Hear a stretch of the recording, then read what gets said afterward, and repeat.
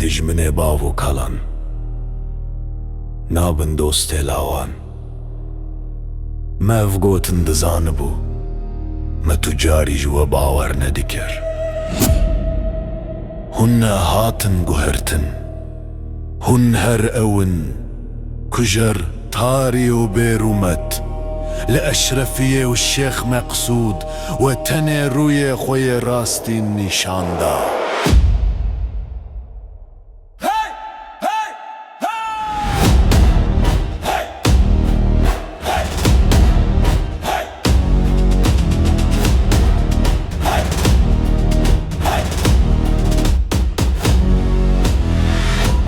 عمل زمانه ریا مریا شیرانه بو خط کردستان جان مهم و قربان امن او پلنگن سور دنگی مد چجور کنگی دجمن تهم بر ام دکن شاری دجوار ناتر سنجی تانکو توپ ام ناچن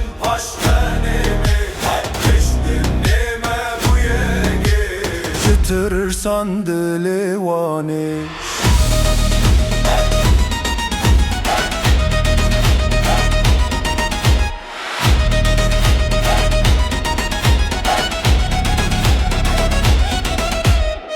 Vek pola vek hesin Bila dijmin bitirsin Kurdinem xwedî sozin warê xam diparêzin Bosteka xavî welat nadim bi zêr û xelat Serî hildan roşhilat mizgînî li me belat